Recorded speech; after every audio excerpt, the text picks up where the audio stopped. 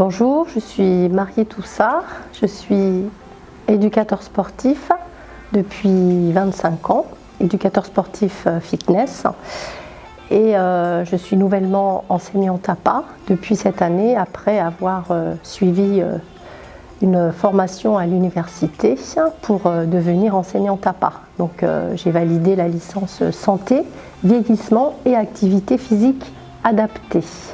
Alors j'ai déjà une licence FSGT, j'ai participé à une formation organisée par la FSGT, une formation marche nordique à Nevers au mois d'octobre. Je suis donc aussi partenaire de la FSGT, j'apporte ma contribution sous couvert de l'USMA à l'encadrement de différents stages dans l'année, dont celui d'aujourd'hui, axé sur la gym aquatique. Les 2 prochains stages auront lieu donc l'année prochaine, un en janvier, axé sur le fitness dance, et le 3e au mois de mars sur le renforcement musculaire.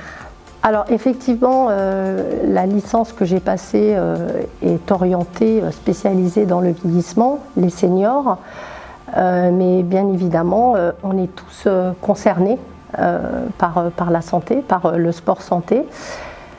Donc le sport santé, c'est faire du sport, avant tout avoir une activité physique et faire du sport pour se faire du bien, pour se maintenir en bonne santé, pour améliorer notre qualité de vie, pour prévenir de certaines maladies.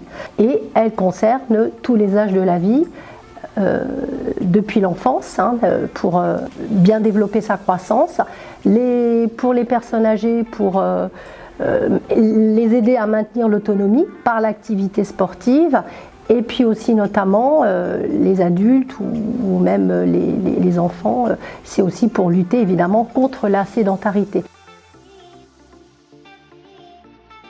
Il y a un partage qu'il n'y a pas forcément dans une salle de remise en forme privée.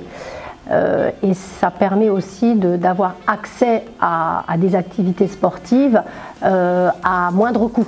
Donc ça permet de lutter contre les inégalités sociales, et le fait d'avoir une activité dans une association, ça permet aussi de créer des liens. Quand on parle de santé, on ne parle pas seulement de santé physique, on parle aussi de santé morale et de santé sociale. Voilà, donc ça permet justement de conserver un bien-être, non seulement physique, mais aussi social, par le fait de voir d'autres personnes. Donc ça permet d'éviter l'isolement et l'aspect aussi mental.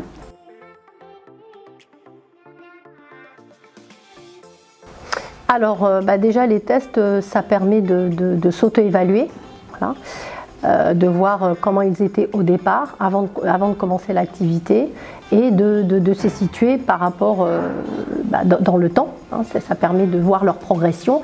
Ça permet aussi, donc les tests, qu'on fasse de la compétition ou pas, de permettre à l'enseignant d'adapter ses séances. L'idée, c'est de drainer un public senior atteint de pathologies chroniques, un public qui n'ose pas pratiquer une activité au sein d'une association, une activité physique au sein d'une association, par crainte de ne pas suivre, de se faire mal, de ne pas réussir, ou simplement parce qu'ils se sentent diminués. C'est l'idée de départ. Donc de cette idée est née la création d'une nouvelle activité au sein de l'USMA qui s'appelle Sport Santé Senior, donc qui est composée de 6 activités différentes avec un suivi, puisqu'on est dans le cadre sport santé. Voilà. Et donc l'idée aussi, c'est de promouvoir le sport santé au sein même de l'USMA et aussi en partenariat avec la ville, notamment pour développer le sport sur ordonnance.